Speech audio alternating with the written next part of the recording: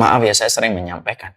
Kalau kita berada di bandara, itu saja terikat dengan sebuah regulasi yang sangat ketat. Jangan pernah bercanda mengatakan kalimat bom kalau kita di dalam penjara, di bandara udara. Kenapa? Kalau kamu bercanda, lalu terlempar dari lisanmu, terdengar telinga orang kamu mengucapkan kalimat bom. Pihak keamanan berhak untuk menangkapmu dan menahanmu. Walaupun dia bisa berkelas, saya hanya bercanda. Itu artinya memberi arti kepada kita. Loh, kalau kita saja di bandara saja, tidak bisa kita seenak-enaknya bercanda. Di dalam kehidupan ini bercanda boleh. Tapi juga ada batasan dan frame-nya. Selamat datang di channel Tauhid Istiqomah. Semoga video ini bisa membawa berkah untuk kita semua. Amin. Alhamdulillah, tentunya senang sekali kita pada kesempatan hari ini kita membahas dan kita bersyukur kepada Allah. Kita masih diberikan kesempatan untuk membahas ilmu. Dan tentunya proses kesyukuran ini merupakan sebuah proses untuk meredam arti keinginan yang tidak ada ujungnya.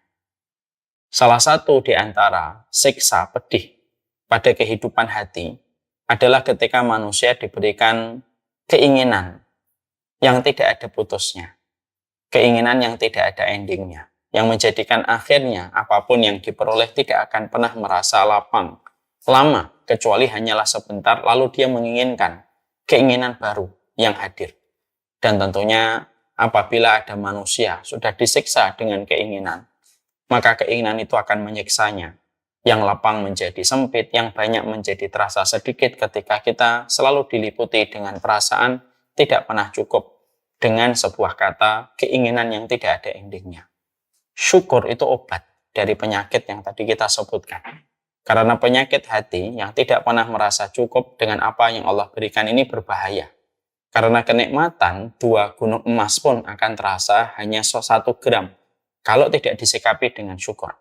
Kenikmatan mobil semewah apapun dengan harga 3 miliar pun akan terasa sebagaimana mobil harga 50 juta kalau tidak diberikan rasa syukur.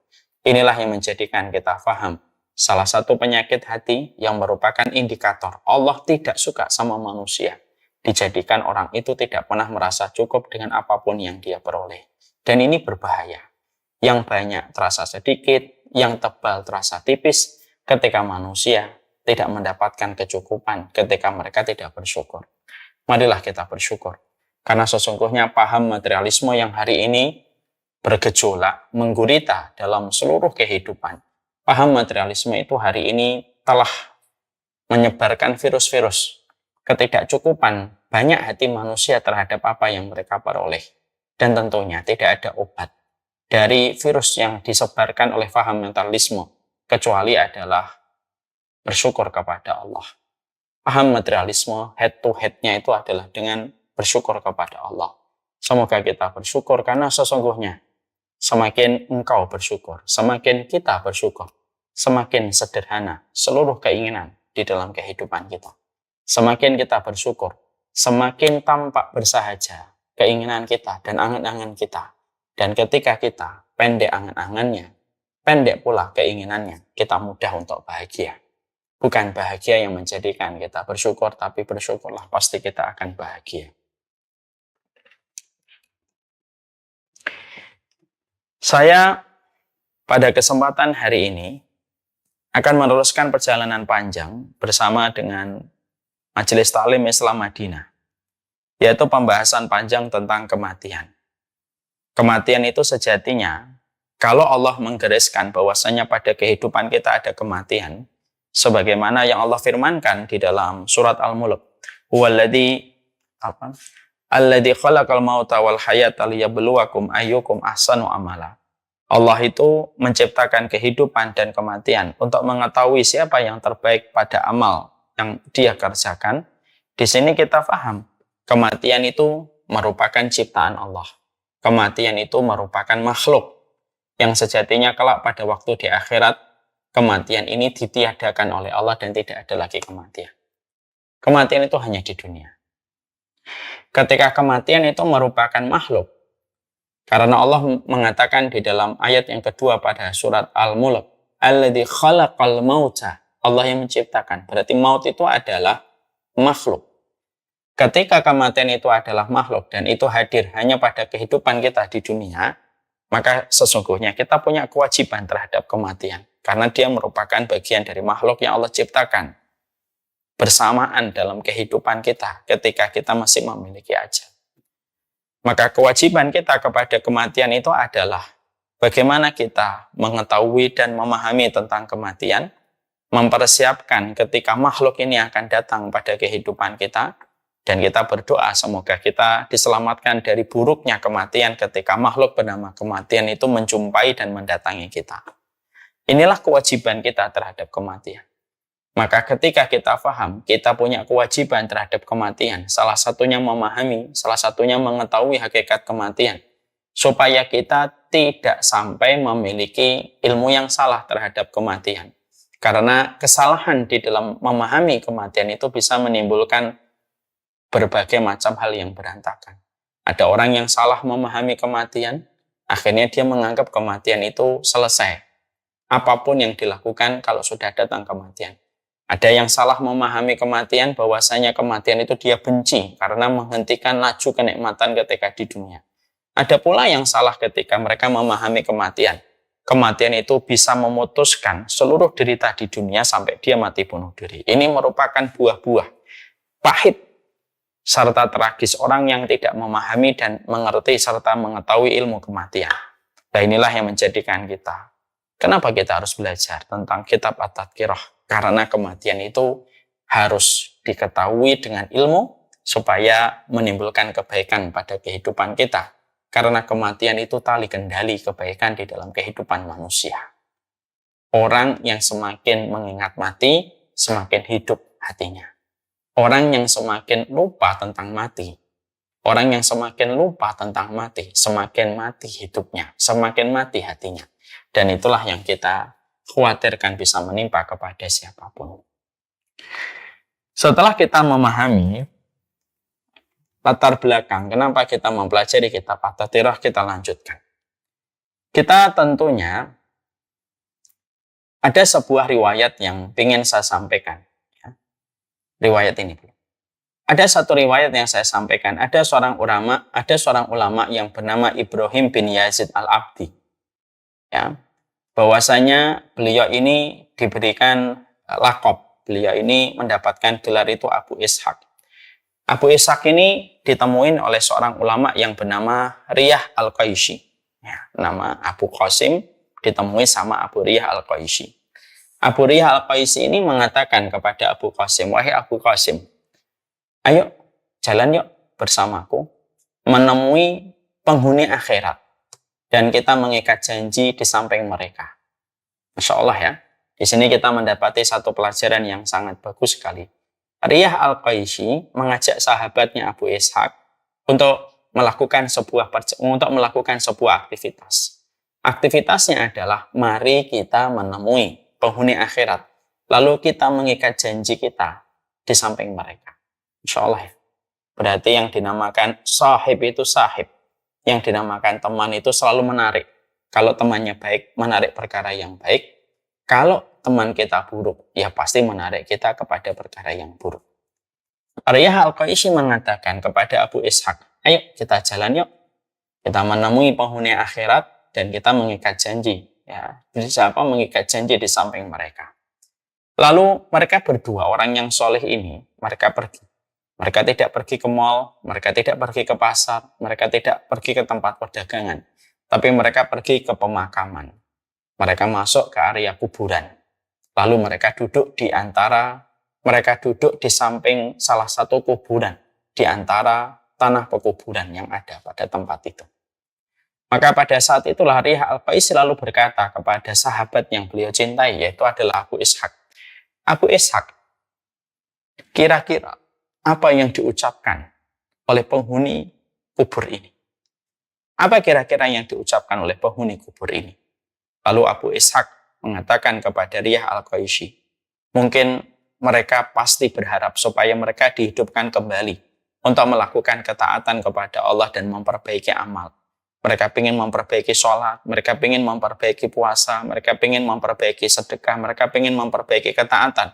Dan mereka ingin supaya hidup mereka jauh lebih taat daripada kondisi mereka sebelumnya. Maka akhirnya Riyah Al-Qaisy itu berkata, nah, sekarang kita berada pada satu waktu dan satu ruang, di mana ini menjadi impian orang yang ada di bawah kaki kita hari ini. Mereka berandai-andai. Dan harapan mereka untuk hidup kembali memperbaiki amal, memperbaiki ketaatan itu tidak akan pernah terrealisir. Karena mereka tidak akan pernah hidup kembali selama-lamanya. Tapi kita masih berada pada ruang dan waktu untuk bisa melakukan ketaatan dan memperbaiki amal dari impian dan harapan penghuni kubur yang ada di bawah kaki kita. Masya Allah. Maka akhirnya Riyah Al-Qaisy berkata, ayo kita perbaiki ketaatan kita perbaiki ibadah kita, dan menjadi orang yang lebih taat kepada Allah Subhanahu wa Ta'ala. Masya Allah. Abu Ishaq kaget mendapatkan penjelasan dari Riyah Al-Qaisy. Lalu akhirnya mereka berdua meninggalkan kuburan dengan hati yang sungguh bertambah. Ketakutan mereka kepada Allah dan keinginan mereka yang besar untuk melakukan ketaatan. Riyah Al-Qaisy pada waktu itu, setelah itu beliau betul-betul memperbaiki ketaatannya, memperbanyak istighfarnya, memperbanyak taubatnya kepada Allah. Dan tidak lama setelah itu, tidak sampai 1 tahun, Riyah Al-Qaisy meninggal dunia. Kita mendapati percakapan yang baru kita sampaikan di satu kitab, percakapan antara dua manusia utama ketika mereka adalah orang yang soleh lagi berilmu, antara Abu Ishaq dengan Riyah Al-Qaisy, itu merupakan sebuah percakapan yang sudah berlalu ratusan tahun. Tapi percakapan ini masih relevan pada kehidupan kita. Ada satu perkataan dari ada satu percakapan dari Abu Ishaq ketika menjawab pertanyaan dari Riyah Al-Qaisy. Kita ini masih berada pada ruang dan waktu yang dimimpikan oleh setiap orang yang hari ini mereka sudah terkubur di bawah kaki kita. Kalau kita lihat kaki kita hari ini mana Pak? Ada miliaran manusia yang mereka sudah terbujur kaku di bawah kaki kita. Dan mereka semuanya bermimpi. Mereka semuanya berharap. Mereka semuanya berandai-andai. Di mana apa yang mereka mimpikan kita dapatkan. Karena kita masih mendapatkan ruang dan waktu untuk beramal dan beribadah. Nah inilah yang menjadikan kita akhirnya bagaimana kita pada kesempatan hari ini akan melanjutkan tema yang menjadi pembahasan kita yang belum selesai pada pertemuan kita sebelumnya. Membahas tentang apa sih yang menjadi penyesalan-penyesalan yang terjadi kepada mayit ketika mereka nanti berjumpa dengan hari kiamat. Karena kita tahu salah satu nama hari kiamat itu disebut dengan Yaumul Hasrah. Jadi hari kiamat itu adalah disebut Yaumut Talaqi, Yaumul Hasrah, Al-Qiyamah, As-Sa'ah, dan berbagai macam nama yang dimiliki oleh hari kiamat. Dan salah satu di antara ragamnya nama hari kiamat itu disebut oleh Allah dengan kata Yaumul Hasrah atau Yaumun Nadamah. Dan kita harus paham apa penyesalan-penyesalan yang begitu akan sangat terlihat pada waktu di pengadilan Allah nanti ketika hari kiamat. Di mana penyesalan itu harus kita pahami ilmunya, supaya kita tidak terjebak menjadi korban berikutnya ketika kita menyesal pada kehidupan, ketika akhirnya sudah dipertemukan dengan alam akhirat ataupun alam barzakh. Nah inilah yang menjadi pembahasan kita. Pada pertemuan kita sebelumnya, kita telah membahas setidaknya ada 4 penyesalan manusia. Ada 4 penyesalan manusia. Ketika manusia nanti ditegakkan hari kiamat, mizan ditegakkan, sirat dibentangkan, dan setiap malaikat malik dan setiap malaikat yang bertugas pada waktu pengadilan Allah semuanya sudah bertugas di tempat mereka masing-masing. Dan sesungguhnya mereka tidak pernah mengkhianati setiap pekerjaan yang Allah amanahkan untuk mereka. Maka sesungguhnya penyesalan yang sudah kita kaji pada waktu pertemuan kita sebelumnya, yang pertama adalah penyesalan manusia ketika mereka salah memilih teman dan sahabat. Yang kedua, penyesalan adalah ketika mereka dikaruniai dan diberikan keluarga, tetapi mereka tidak saling mengingatkan tentang urusan akhiratnya. Yang ketiga, yaitu penyesalan ketika mereka tidak beriman kepada Allah. Yang keempat adalah penyesalan ketika manusia selama hidupnya selalu berpesta dengan seluruh kemaksiatan dan tidak pernah memiliki rasa takut kepada Allah, tetapi mereka lupa tidak ada pesta yang tak usai. Dan sesungguhnya orang yang fajir dan orang yang durjana itu adalah mereka yang senantiasa berpesta dengan seluruh dosa dan kemaksiatan ketika mereka hatinya tidak pernah memiliki rasa takut kepada Allah. Makanya maaf ya, kadang-kadang kita dapetin ngeri ya, kalau ada orang itu kalau sudah mempermainkan Allah, sampai mereka meremehkan neraka. Sampai ada banyak sekarang itu bercanda-bercanda yang kelewatan batas menurut saya. Ketika mereka suka mengatakan, enggak apa-apa, daripada di surga bersamamu, maka lebih baik aku di neraka saja. Seakan-akan mereka kuat menghadapi neraka. Minum kopi aja masih ditiup kok. Begitu berani mereka menantang Allah dan menantang nerakanya. Tapi itulah salah satu penyesalan besar ketika manusia tidak memiliki rasa takut kepada Allah Subhanahu wa Ta'ala. Sekarang mari kita bahas yang berikutnya. Karena ini merupakan salah satu penyesalan, maka kita akan tambahkan 3 penyesalan berikutnya. Jadi ada 7 penyesalan yang sangat begitu dominan pada kehidupan manusia. Ketika manusia itu mendapatkan hari kiamat itu sudah hak, sudah tegak, nyata pada kehidupan. Yaitu yang kelima adalah ketika manusia begitu menyesal pada kehidupan ketika mereka di pengadilan akhiratnya Allah, ketika hari kiamat sudah ditegakkan oleh Allah. Mereka menyesal ketika mereka tidak pernah menggunakan telinga mereka untuk mendengarkan petunjuk yang datang dari Allah. Dan mereka menyesal ketika hati mereka itu dipenuhi, ketika hati mereka dulu ketika di dunia itu dipenuhi dengan kebencian mereka kepada orang yang menyampaikan peringatan untuk mereka. Ya. Ini merupakan salah satu di antara bentuk peringatan yang Allah ceritakan di dalam Al-Quran. Makanya akhirnya kita menjumpai bahwasannya ketika kita tahu ada satu surat yang harus kita baca setiap malam untuk membebaskan kita dari azab kubur. Satu surat itu merupakan surat yang berjumlah 30 ayat, yaitu adalah surat Al-Mulk.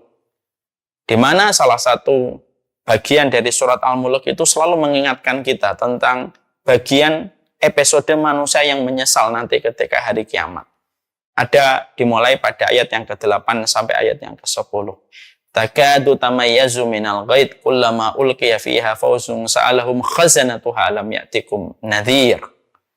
Maka ketika neraka itu hampir meledak karena marahnya, karena ada orang-orang kafir dan pendosa yang dilemparkan ke dalamnya, maka penjaga-penjaga neraka itu bertanya sama mereka-mereka yang dicampakkan ke dalam neraka. Alam ya'tikum nadhir? Loh kok bisa itu loh? Kamu kok bisa masuk ke neraka itu? Alam ya'tikum nadhir? Emang kamu nggak pernah apa?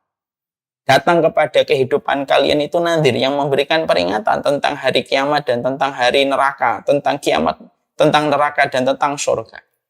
Lalu pada ayat yang ke-9 dijawab, qalu bala qad ja'ana nadhir fakadzabna wa qulna ma nazalallahu min syai'in antum illa fi dhalalin kabir.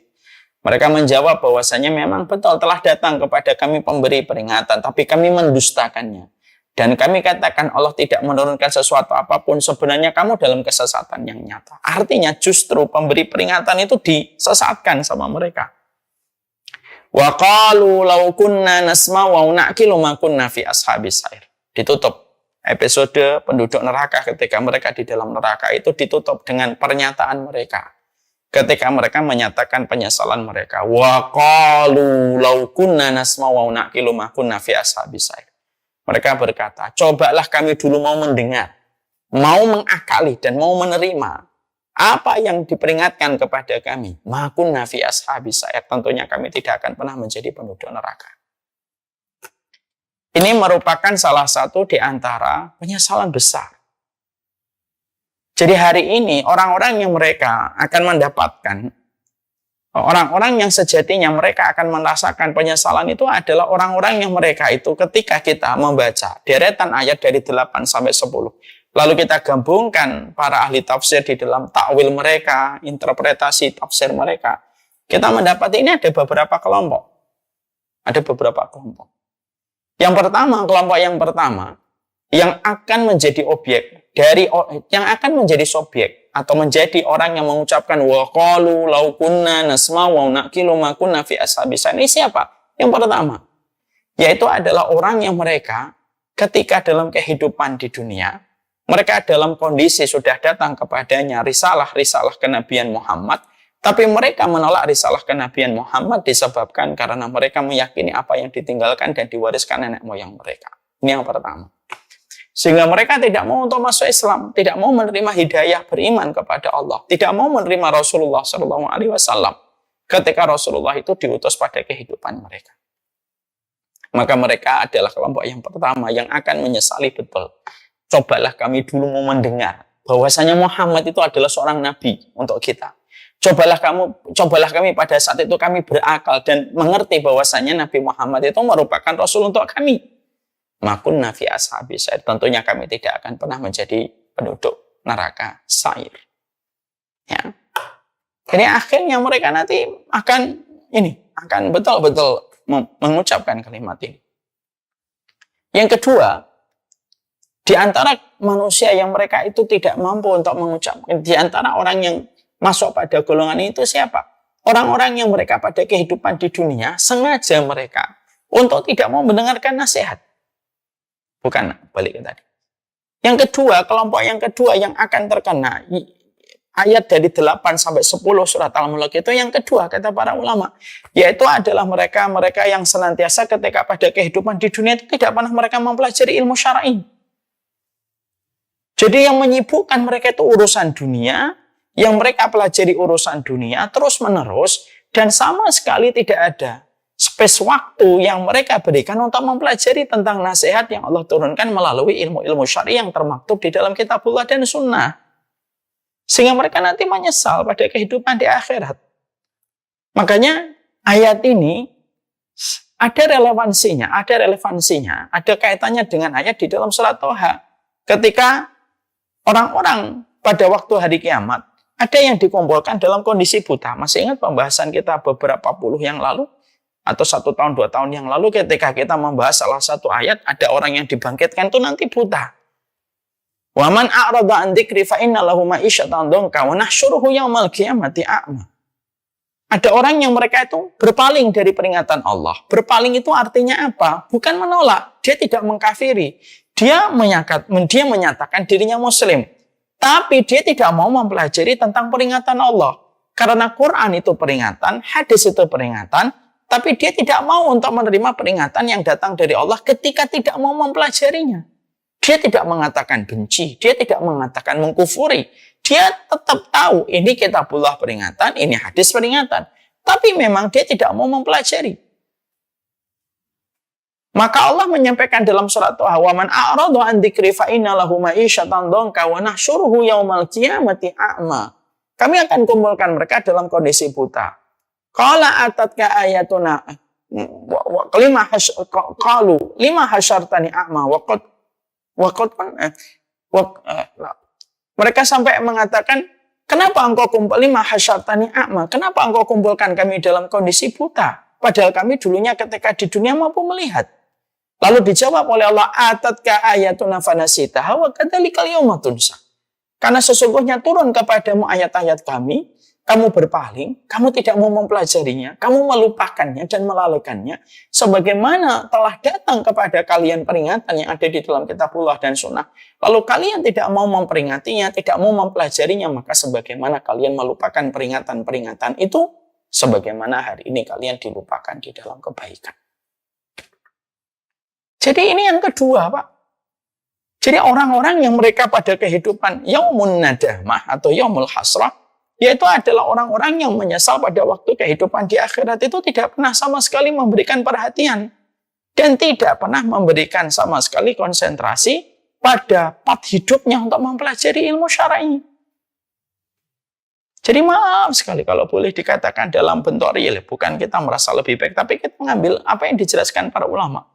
Kalau ada orang dari Senin sampai Jumat dia kerja, Sabtu, Ahad dia pakai untuk hobi. Lalu datang Senin kembali sampai Jumat. Lalu dia kerja lagi. Lalu Sabtu dan Ahad, bagaimana dia ngurus hobinya kembali. Ataupun dia mungkin rekreasi sama keluarganya. Dan tidak ada sama sekali waktu baginya untuk mempelajari peringatan yang datang dari Allah. YouTube-nya tidak ada sama sekali YouTube kajian, dipenuhi dengan berbagai macam tontonan-tontonan yang sering hanya memberikan sensasi hiburan kepadanya setiap harinya, setiap waktunya. Dan hanya dia mengetahui Islam itu hanya sebatas sholat, hanya sebatas puasa, dan tidak lebih daripada itu. Lalu tidak ada hajat baginya untuk mempelajari apapun yang datang dari kitabullah dan sunnah, maka dia termasuk yang akan mengatakan di dalam ayat yang ke-10 pada surat Al-Mulk, wa qalu law kunna nasma'u wa na'qilu. Cobalah kami mendengar dan kami itu belajar, berpikir. Tentunya kami tidak akan pernah menjadi penduduk dari neraka sa'ir. Ya, maaf ya. Jadi sini kita akhirnya paham, ya. Apabila ada manusia Muslim, dia mengaku dirinya, mungkin dia masih sholat, mungkin dia masih puasa, tapi sama sekali tidak pernah tergerak sama sekali untuk belajar. Tapi seluruh dominasi waktunya, mayoritas waktunya, semuanya hanya urusan dunia saja. Ini termasuk salah satu hal yang paling disesali manusia ketika nanti di akhirat. Kenapa? Karena ilmu itu melapangkan jalan ke surga. Tidak ada ilmu, paling susah menuju surga. Kan begitu. Kalau kita memahami hadis riwayat Muslim dari Rasulullah. Kan hadisnya man salaka tariqan yaltamisu fihi ilman sahalallahu tariqan bihi ilal jannah. Siapapun yang melapangkan jalannya untuk mencari ilmu, ilmu itu perkataan Allah dan Rasulnya.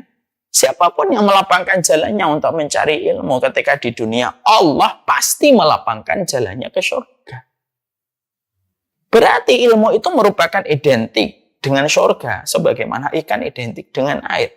Maka mafhumul mukhalafahnya, pemahaman terbaliknya itu adalah, kalau ada manusia pada kehidupannya, sama sekali mereka tidak pernah mau memberikan paruh waktunya untuk belajar ilmu syar'i, maka sesungguhnya betapa sempitnya gang yang dia lewati dan betapa terjalnya perjalanannya untuk menuju kepada surga. Kenapa? Karena tidak ada investasi ilmu ketika di dunia. Karena investasi jalan aspal yang mulus dan tol di surga itu tergantung dengan investasi ilmu yang dia lapangkan ketika dia belajar. Ya. Jadi ini merupakan sesuatu yang sifatnya harus betul-betul menjadi perenungan untuk kita, Pak. Jadi kalau ada di antara kita ada yang menjadi abi dan umi, menjadi papa dan mama, tidak apa-apa kalau memang anak kita tidak belajar di pondok, karena memang tidak semuanya harus belajar di pondok. Tidak apa-apa kalau anak kita menjadi dokter, tidak apa-apa kalau anak kita menjadi aparatur negara, tidak apa-apa. Tapi tetap dia harus belajar ilmu syar'i. Walaupun mungkin tidak formal. Dia harus betul-betul menambah bekalnya pada kehidupan ilmu agama. Kenapa? Bukan ilmu yang membutuhkan kita. Kita yang butuh ilmu. Untuk melapangkan jalan kita ke surga. Ketiadaan kita belajar dan duduk di taman-taman ilmu dan taklim.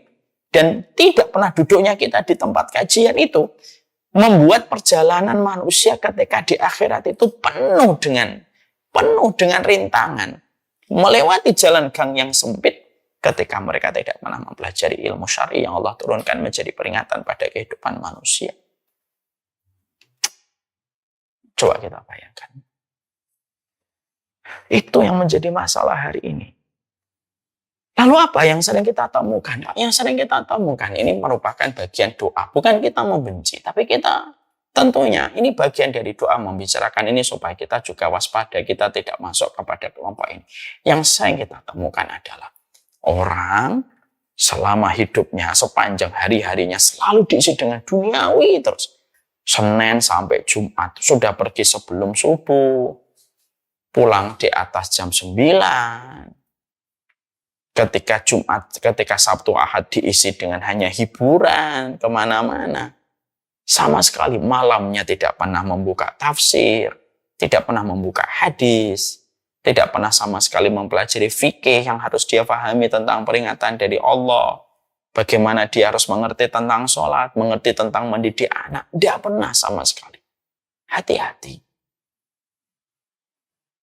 Orang semacam ini yang nanti akan dibangkitkan buta Dan orang yang semacam inilah yang akan berkata di hadapan para malaikat penjaga neraka. Wa qalu law kunna nasma'u wa na'qilu ma kunna fi ashabis sa'ir. Ini juga teguran untuk saya. Belajar itu penting.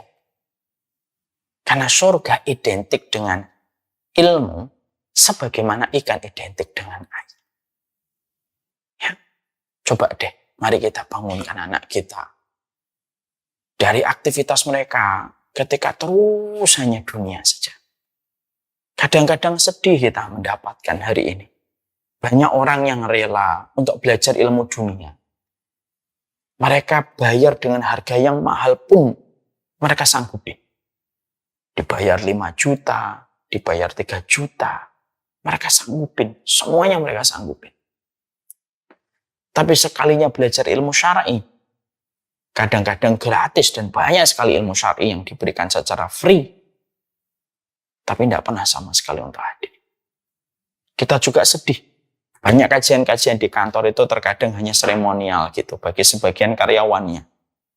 Ya sudahlah, daripada nggak ada pengajian, malu rasanya kalau ditanya sama orang kantor lain, kantor kamu kajian enggak gitu, terus kita malu, udahlah kita adakan kajian. Banyak orang yang sekarang menganggap bahwasanya ilmu akhirat itu hanya seremonial. Tapi itulah kenyataannya. Hidup pada zaman ketika materialisme sedang begitu besar layaknya raksasa, maka akhirat dan apapun yang berkaitan dengan akhirat itu menjadi sangat remeh dan dilecehkan. Ya, dan sekali lagi, untuk bermaksiat kepada Allah, tidak perlu kadang kita harus berzina. Untuk bermaksiat kepada Allah, terkadang tidak perlu kita harus minum khamr. Tapi cukup bermaksiat kepada Allah ketika kamu sama sekali tidak peduli tentang ilmu syar'i. Kamu tidak pernah peduli tentang apa yang kamu pahami tentang Quran, tentang kitab yang kamu pelajari. Dan kamu sama sekali tidak pernah merasa berhasrat untuk datang ke tempat kajian. Itu sudah cukup. Itu sudah cukup. Itu sudah lebih dari cukup. Kita menjadi orang yang berdosa dan akan menyesal betul pada kehidupan di akhirat. Ilmu itu melapangkan jalan ke surga. Orang yang tidak pernah mempelajari ilmu, sempit gangnya untuk menuju kepada surga. Iya, kalau kita hanya berjalan sempit, kalau kita mendaki gunung, jalan kita sempit, ke kiri kita itu adalah jurang. Nah, kalau di neraka. Dan itu merupakan salah satu di antara hal yang harus selalu kita sadar. Makanya saya itu selalu mengatakan ya kepada anak-anak kami ketika anak-anak kami sekolah di sekolah-sekolah yang sekolah-sekolah Islam, bukan Islam ya, tapi sekolah-sekolah Islam, ada di Kutab, ada di Kutab, ada di rumah Quran gitu. Selalu saya sampaikan kepada mereka, kalau kamu belajar dunia, nak, tidak apa-apa kamu absen dan kamu goib gitu. Karena sesungguhnya ya dunia ya silakan dipelajari gitu, sesuai kemampuan. Tapi kalian ini belajar ilmu syar'i dan kalian harus betul-betul bersungguh-sungguh. Nah, inilah yang menjadikan kita harus selalu paham. Kadang-kadang sedih ya Pak, saya ingin untuk sharing di sini. Banyak sekali kantor yang terkadang mengadakan kajian agama itu hanya terkesan sebagai bagian dari seremonial, terutama pas Ramadan. Saya tidak menghakimi hati, tapi tentunya terkadang kita melihat bagaimana hanya sekedar hanya untuk urusan seremonial. Padahal kita paham betul, ilmu syar'i itu yang menurunkan Allah. Ingat ya, ilmu syar'i itu yang menurunkan Allah. Diturunkan kepada manusia terbaik. Kalau ilmu syar'i itu yang menurunkan langsung Allah, siapapun yang meremehkan, dia berhadapan dengan Allah. Dia akan berjumpa dengan Allah. Sebagaimana kondisinya ketika dulu meremehkan ilmu syar'i. Dan Allah paling tidak suka. Dan Allah murka kepada siapapun yang meremehkan ilmu syar'i yang Allah telah turunkan. Ketika Allah mengutus satu nabi yang bernama Muhammad, mengirimkan melalui malaikat Jibril, lalu ilmu yang Allah kirimkan kepada kita yang merupakan sebuah kenikmatan besar lalu diremehkan oleh manusia. Ini termasuk kelompok yang kedua. Kelompok yang ketiga, Yaitu adalah mereka yang ketika mengucapkan wa qalu law kunna nasma'u wa na'qilu ma kunna fi ashabis sa'ir. Yang ketiga para ulama adalah orang yang mereka lebih parah daripada yang kedua.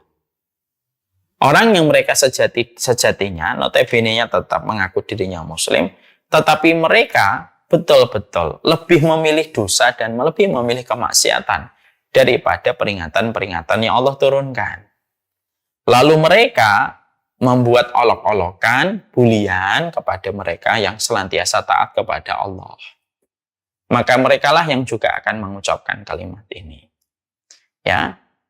Maka sesungguhnya kita membaca di dalam surat Al-Mutaffifin bagaimana orang-orang yang mereka dalam kondisi bermaksiat besar kepada Allah Subhanahu wa taala, sesungguhnya mereka adalah orang-orang yang suka memperolok-olok kepada orang-orang yang taat kepada Allah Subhanahu wa taala. Ketika mereka memperolok-olok, itulah yang akhirnya menjadikan betapa besarnya penyesalan mereka dalam kehidupan kelak di akhirat. Makanya mereka itu akan terkena pada ayat yang ke-13 surat Al-Mutaffifin ketika Allah menyampaikan idza tutla alaihi ayatuna qala asatirul awwalin. Kalau dibacakan ayat-ayat kami, mereka itu akan suka mengatakan itu adalah dongeng. Ya, idza tutla alaihi ayatuna qala asatirul awwalin. Maka sesungguhnya pada ayat yang ke-13 mereka mengatakan setiap nasihat itu disampaikan kepada mereka, mereka mengatakan, "Halah, itu dongeng, kamu yang lebay, kamu yang berlebihan, kamu terlalu radikal," dan selain sebagainya. Ya, maka sesungguhnya mereka itulah yang akhirnya betul-betul disampaikan oleh Allah Subhanahu wa taala bahwasanya mereka itu kelak mereka itu yang menyesal. Lalu Allah sampaikan kelanjutannya dari orang-orang yang tadi Allah sebutkan pada ayat yang ke-13, yaitu ketika kita mendapati ayat yang ke-30 dalam surat Al-Mutaffifin. Ketika di dalam surat Al-Mutaffifin ayat yang ke-30 Allah berfirman, wa idza marru bihim yataghamazun. Orang-orang itu tuh kalau dilewatin sama orang-orang yang berbuat baik sama mereka itu apa? Yataghamazun. Mereka tuh suka mengedip-ngedipkan mata mereka. Artinya, yataghamaz itu tidak selalu harus identik dengan mata, tapi terkadang dengan gestur tubuh untuk memberi isyarat di antara mereka untuk membuli orang yang sedang melakukan ketaatan. Kadang-kadang ya dengan mata, kadang-kadang dengan isyarat suara, kadang-kadang dengan isyarat tubuh seperti ketika mereka memincingkan mata mereka. Itu wa idza marru bihim yataghamazun. Bukan hanya itu saja, Allah juga sampaikan pada ayat yang ke-31, wa idzan qalabu ila ahlihim qalabu fakihin. Kalau mereka pulang kepada keluarga mereka dan kepada kaumnya, mereka gembira ketika baru saja mereka itu membuli orang-orang yang mereka melakukan ketaatan. Kan hari ini begitu. Sudah tidak taat, sudah tidak mau mempelajari, kadang-kadang suka dijadikan materi stand up. Ya, tidak apa-apa lah kalau memang mau untuk stand up, tidak ada apa-apa. Cuma kan stand up itu kan bagaimanapun kalau materi bercanda itu tetap ada frame-nya. Segala sesuatu itu ada batasannya. Ya, maaf ya saya sering menyampaikan. Kalau kita berada di bandara, itu saja terikat dengan sebuah regulasi yang sangat ketat. Jangan pernah bercanda mengatakan kalimat bom kalau kita di dalam penjara. Di bandara udara. Kenapa? Kalau kamu bercanda, lalu terlempar dari lisanmu, terdengar telinga orang kamu mengucapkan kalimat bom. Pihak keamanan berhak untuk menangkapmu dan menahanmu. Walaupun dia bisa berkelas, saya hanya bercanda. Itu artinya memberi arti kepada kita. Loh, kalau kita saja di bandara saja tidak bisa kita seenak-enaknya bercanda. Di dalam kehidupan ini bercanda boleh. Tapi juga ada batasan dan frame-nya. Ada orang-orang yang mereka itu ketika mereka itu sudah diberikan peringatan, kadang-kadang peringatan itu ditolak, tapi dijadikan menjadi materi untuk membuli dan memperolok-olok orang yang mereka melakukan ketaatan. Wa idzan qalabu ila ahlihim qalabu fakihin. Jadi bukan hanya mereka itu gesturnya tidak enak sama orang yang ngasih nasihat, Tapi setelah itu apa? Kalau mereka kembali kepada gengnya, wa idzan qalabu ila ahlihim qalabu, mereka kembali kepada gengnya, kepada circle-nya, ila ahlihim itu kepada circle-nya mereka, in qalabu fakin, mereka itu senang. Mereka ketawa-tawa terbahak-bahak menertawakan apa yang mereka bully dari orang-orang yang mereka menyampaikan nasihat untuk mereka. Ini jadi peringatan untuk kita, Pak. Kadang-kadang kita, memang kadang-kadang hati kita futur. Ketika turun iman. Kadang-kadang tidak bisa semua perintah Allah kita bisa kerjakan. Tapi kita juga harus paham ketidakmampuan kita untuk melakukan sebuah ketaatan itu tidak menjadi alasan kita untuk membuli ketaatan itu. Kenapa? Lebih baik kita ngaku tidak mampu, lalu kita beristighfar dan bertobat kepada Allah, daripada ketika kita tidak mampu melakukan ketaatan lalu membuli ketaatan itu dan menjadikan bahan bercandaan. Dan itu termasuk kelompok yang ketiga. Jadi di antara penyesalan manusia yang Allah sebutkan dalam deretan ayat yang ke-8, ayat yang ke-9, ayat yang ke-10, ketika dikatakan takadu tamayyazu minal ghaid kullama ulqiya fiha fa'udun sa'alahum khazanatuha lam ya'tikum nadhir qalu bala qad ja'ana nadhir fakadzabna wa qulna ma nazalallahu min syai'in antum illa fi dhalalin kabir wa qalu law kunna nasma'u wa na'qilu ma kunna fi ashabis sa'ir. Dan siapa ini yang mengucapkan ini? Siapa nanti pelaku yang mengucapkan lau kunna nasma'u wa na'qilu ma kunna fi ashabis sa'ir? Yaitu adalah tiga tadi. Satu, yang mereka mendengar nasihat tentang Nabi Muhammad, tapi mereka tidak pernah mengimani Nabi Muhammad. Dua, orang-orang yang mereka sepanjang hidupnya nggak pernah mau belajar ilmu syar'i. Habis untuk urusan kerja, habis untuk urusan hobi. Habis untuk urusan pleasure sama tetangga, sama keluarganya saja. Hanya itu saja tiap waktu. Dan yang ketiga adalah orang yang mereka menolak sebuah peringatan dan menjadikan peringatan itu menjadi olok-olokan dan bulian. Dan mereka senang, ketawa terbahak-bahak kalau sudah mengadakan perkara itu ketika habis mendiskreditkan dan memojokkan orang yang memberi peringatan. Nah, inilah yang menjadikan kita akhirnya memahami betul. Ini termasuk salah satu perkara yang kita harus mengerti. Yang berikutnya, penyesalan manusia yang kelima. Itu yang kelima. Yang keenam. Penyesalan manusia itu adalah ketika mereka begitu pelit mengeluarkan zakat dan infak. Ini termasuk salah satu penyesalan. Kalau ini sudah sering dibahas oleh banyak ustadz, oleh banyak khatib. Ja'far. Kita tentunya paham sekali bahwasanya di dalam salah satu ayat di dalam surat Al-Munafikun, Allah itu mengatakan di dalam surat Al-Munafikun, Allah itu mengatakan bahwasanya Allah berfirman di dalam surat Al-Munafikun. Allah mengatakan kepada kita di dalam ayatnya itu adalah ketika Allah berfirman pada ayat yang ke-10, wa anfiqu mimma razaqnakum min qabli ayyati ahadakumul maut fayaqula rabbi laula akhartani ila ajalin qarib fa asaddaqa wa akum minas salihin. Pada ayat yang ke-10 nanti kita mendapati betul bahwasanya Allah memberikan kepada kita perintah wa anfiqu mimma razaqnakum min qabli ayyati ahadakumul maut. Berinfaklah sebelum datangnya kepada kalian sebuah kematian.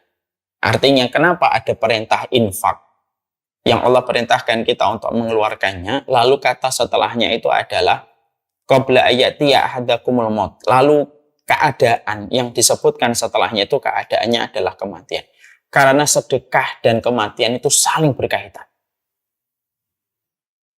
Allah menyebutkan wa anfiqu mimma razaqnakum min qabli ayati ahadakumul maut. Disebutkan kata infak, lalu disebutkan kondisi yang paling dekat setelah menyebutkan perintah untuk infak yaitu menerangkan kondisi kematian, karena mati dan infak itu tidak bisa dipisahkan. Karena mati itu lapang dengan infakmu dan mati itu sempit dengan bakhil dan pelitmu. Masya Allah. Maka dikatakan fayaqula rabbi laula akhartani ila ajalin qarib fa asaddaqa wa akum minas salihin. Maka sesungguhnya tidaklah ada ucapan yang sampai Allah abadikan begitu nyata ketika manusia itu mati, ketika mereka nanti di hadapan Allah, ketika mereka melihat Allah, kecuali mereka fayaqula Rabbi laula akhartani ila ajalin qarib fa asaddaqa wa akum minas shalihin. Maka sesungguhnya langsung mereka itu berkata, ya Allah, cobalah engkau akhirkan sebentar saja ajalku ini, lalu aku mampu untuk bersedekah dan pastilah aku menjadi orang yang saleh. Dan maaf ya, mari Ibu dan Bapak buka surat Al-Munafikun ayat yang ke-10. Di situ ada dua penyesalan sekaligus. Di situ ada dua penyesalan sekaligus yang Allah abadikan di dalam ayat yang ke-10. Saya ulang kembali. Wa anfiqu mimma razaqnakum min qabli ayatiya hadakumul maut wa yaqula rabbi laula akhartani ila ajalin qarib fa asaddaqa wa akum minas shalihin. Yang pertama, penyesalan mereka itu fa asaddaqa, supaya saya bisa sedekah. Yang kedua, wa akum minas shalihin, dan supaya saya menjadi orang yang saleh. Yang disebutkan pertama, karena penyebutan pertama itu menunjukkan prioritas. Bapak nih misalkan punya anak banyak, lalu Bapak ditanya salah satu, mana anak yang paling ini? Bapak sebutkan yang pertama. Penyebutan pertama itu selalu lebih prioritas. Caleg itu nomor satu lebih prioritas biasanya. Ya, biasanya nomor satu mendapatkan caleg, nomor urut satu itu biasanya ya lumayan ke posisinya dia. Nomor satu disebutkan. Maka yang disebutkan di antara dua, permohonan yang ada pada ayat ini, yaitu adalah fa'asaddaqa. Disebutkan kata sedekah dulu, wa akum minas shalihin, dan menjadi orang saleh. Bisa nggak ayatnya ditampilkan? Maka fa'asaddaqa, sedekah dulu, baru kemudian saleh. Nah, ini ayatnya. Di sini. Ini ayatnya. Maka disebutkan kata fa'asaddaqa wa akum minas shalihin. Kenapa disebutkan fa'asaddaqa dulu? Baru setelahnya itu adalah minas shalihin. Karena sedekah itu luar biasa dampaknya, yang betul-betul membawa kebaikan pada urusan barzahmu itu sedekah. Bahkan saking begitu besarnya dampak kebaikan yang didapatkan dari sedekah, seakan-akan dia lebih dulu disebutkan kata sedekah daripada orang solih. Padahal maaf ya, sebenarnya orang solih itu sifatnya sedekah juga. Gitu. Kenapa nggak disebutkan satu? Misalkan di dalam ayatnya, kita bedah ayatnya. Kenapa nggak disebutkan di ayat ini? Rabbi laula akhartani ila ajalin qarib wa akum minas shalihin. Ya Allah, cobalah engkau menunda kematianku dengan waktu yang sedikit, waktu lagi, supaya aku ini bisa menjadi sebagaimana orang-orang yang solih. Kenapa? Kriteria orang solih itu salah satunya sedekah. Tapi yang menarik adalah, di dalam ayat ini, kata para ulama, Allah tidak menyebutkan dengan wa akum minas shalihin. Tapi Allah menyebutkan fa'asaddaqa dulu. Sedekah. Seakan-akan apa? Allah keluarkan dulu dari kriteria kesolihan. Allah keluarkan kata sedekah dulu. Baru setelah itu kata sholihin. Untuk menunjukkan apa? Betapa besarnya dampak sedekahmu pada urusan ketika berdiri di pengadilan Allah.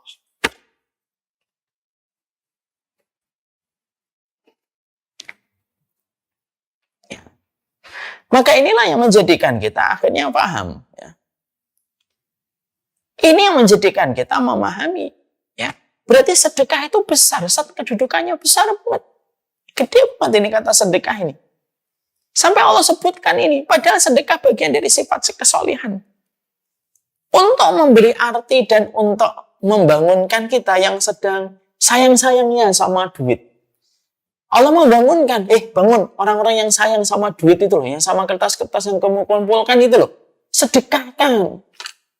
Karena dunia tetap akan hina, tapi kalau dunia kamu titipkan kepada Allah, itu yang menjadikan engkau tidur nyenyak padahal. Itu yang menjadikan engkau tidur nyenyak di akhirat. Itu yang menjadikan engkau tidur nyenyak sebagaimana pengantin ketika kamu di dalam kubur. Karena salah satu nikmatnya nanti ketika di dalam kubur itu apa? Salah satu nikmat besar ketika manusia itu di dalam kuburnya, mereka tidur kayak pengantin baru. Itu kan kata dalam hadis riwayat Bara' bin Azib kan gitu, tidurnya kayak pengantin baru. Maaf, bukan Bara' bin Azib, satu ulama lain. Ya, sedekah itu membuat kita tidur nyenyak. Tidak, sedekah itu membuat kita tidak bisa merasakan ketenangan dalam kehidupan di alam barzah dan di pengadilan Allah. Maka akhirnya itulah yang menjadikan akhirnya paham. Di antara penyesalan manusia ketika manusia itu di dalam kuburnya adalah bagaimana manusia itu ketika mereka itu di dalam kuburnya adalah mereka itu adalah menyesal ketika tidak mampu bersedekah. Sedekahlah. Kalau kadang-kadang kita dibayangin, Ustadz nanti anak saya gimana? Gini Bapak dan Ibu, saya sampaikan nasihat untuk kita dan Ibu. Anak kita tetap akan mendapatkan takdir rezekinya sendiri. Bukan berarti kita tidak meninggalkan warisan untuk anak kita. Iya, tetap harus meninggalkan warisan gitu, supaya anak kita tidak menjadi pengemis dan peminta-minta. Tapi ingat betul. Bagaimanapun anak kita punya takdir sendiri dalam rezeki. Jangan pernah kita menganggap bahwa warisan yang kita tinggalkan untuk mereka itu lebih mencukupi mereka daripada apa yang dijanjikan Allah. Kenapa? Karena biasanya orang tua yang biasanya susah sedekah itu apa? Mikirin anak. Betul, boleh mikirin anak. Kita boleh meninggalkan warisan untuk menjadikan anak kita tidak menjadi pengemis. Iya, saya setuju itu. Saya tidak pernah meragukan kalimat itu. Dan kata para ulama salaf gitu, tinggalkanlah warisan yang cukup untuk anakmu supaya anakmu tidak menjadi peminta-minta dan menjadi beban bagi orang lain. Oke, kita sepakat itu. Tapi bukan berarti semuanya harus kita tinggalkan untuk anak. Kenapa? Harus ada iman. Harus ada iman pada harta kita dengan sebuah keyakinan. Saya tetap harus memberikan kebaikan untuk diri saya. Dan kebaikan diri saya itu terletak pada sedekah saya. Kenapa? Karena sesungguhnya ketika saya bersedekah dalam kebaikan, itu pun juga akan menambah keberkahan pada harta yang saya tinggalkan. Contoh, Bapak Ibu punya 1 miliar. Lalu Bapak Ibu akhirnya nggak mau sedekah. Umurnya sudah 55, umurnya sudah 60 tahun. Punya uang misalkan 1 miliar. Kita nggak mau sedekah. Kenapa? Oh, untuk anak saya nanti. Kita harus paham. Pertama, anak kita punya jalur takdir rezekinya sendiri. Yang kedua, jangan pernah merasa warisan kita mencukupi mereka.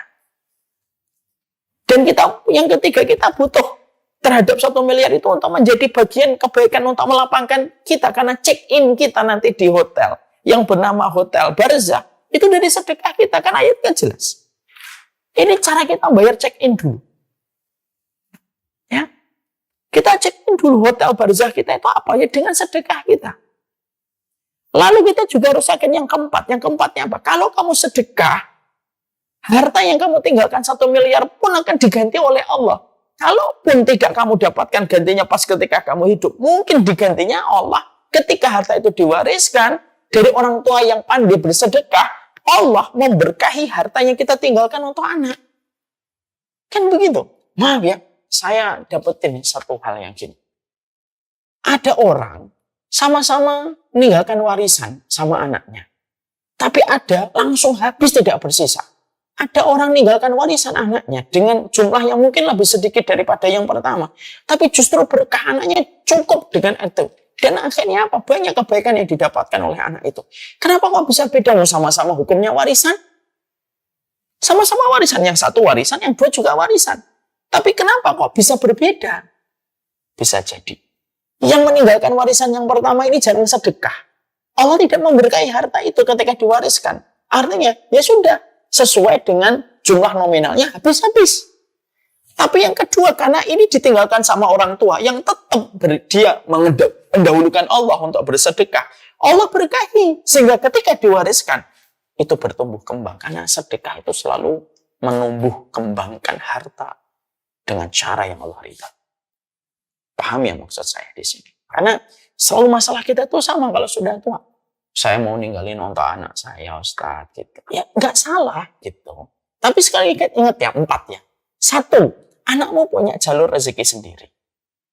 2, yang kita harus ingat adalah, anakmu punya jalur rezeki sendiri. Yang kedua, bahwasanya kita harus paham, bahwasanya kita tetap butuh sedekah kita.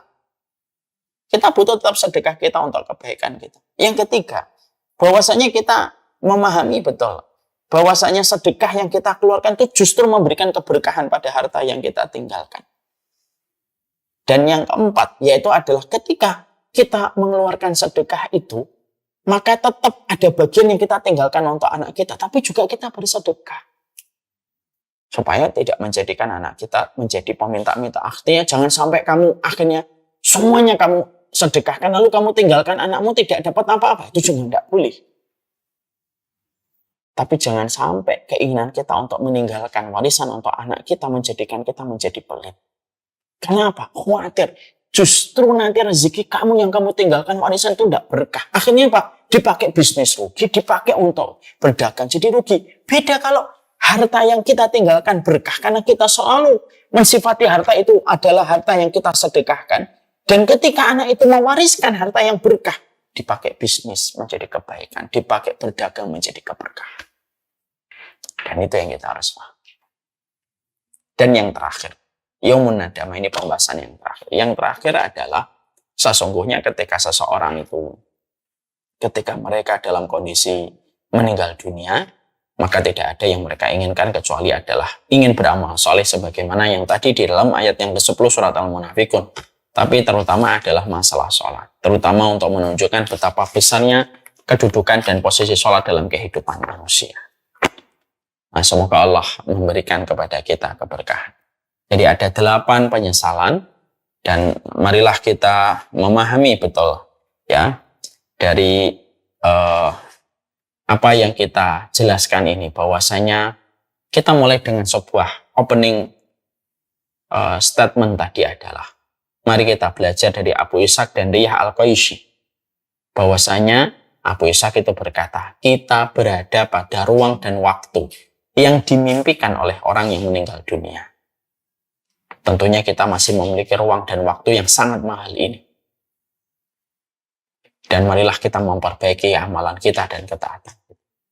Ada banyak sekali penyesalan-penyesalan manusia yang ada dalam kehidupan. Setidaknya ada 7 yang kita bahas, dan kita tidak membahas semuanya ya. Tapi kita bahas hal-hal yang paling real dan sering terjadi dalam kehidupan kita. Tadi yang pertama adalah, apa tadi? Bagaimana ketika kita menyesal salah memilih teman dan sahabat, penyesalan ketika kita diberikan keluarga tapi tidak memperingatkan, penyesalan ketika tidak menjadi muslim, penyesalan ketika manusia itu tidak takut kepada Allah. Lalu yang kelima adalah kita menjadi orang yang tidak mendengar nasihat, dan ini ada 3. Orang yang tidak mau merespon dakwah kenabian, orang yang kedua tidak pernah mau belajar sama sekali ilmu syar'i, habis urusannya untuk dunia doang, seumur-umur hidupnya. Dan yang ketiga suka mengolok-olok nasihat yang datang kepadanya. Ya. Kemudian orang-orang yang pelit ketika mengeluarkan zakat, dan orang yang mereka ingin beramal soleh dan ingin menegakkan kembali sholat. Semoga Allah memberi keberkahan pada ilmu kita. Semoga ilmu ini membentuk petunjuk pada kehidupan kita. Wassalamualaikum warahmatullahi wabarakatuh. Alhamdulillahirabbil alamin. Ini yang dapat saya sampaikan. Semoga Allah memberkahi dan memberikan kemuliaan dalam kehidupan kita mengikuti petunjuk kenabian.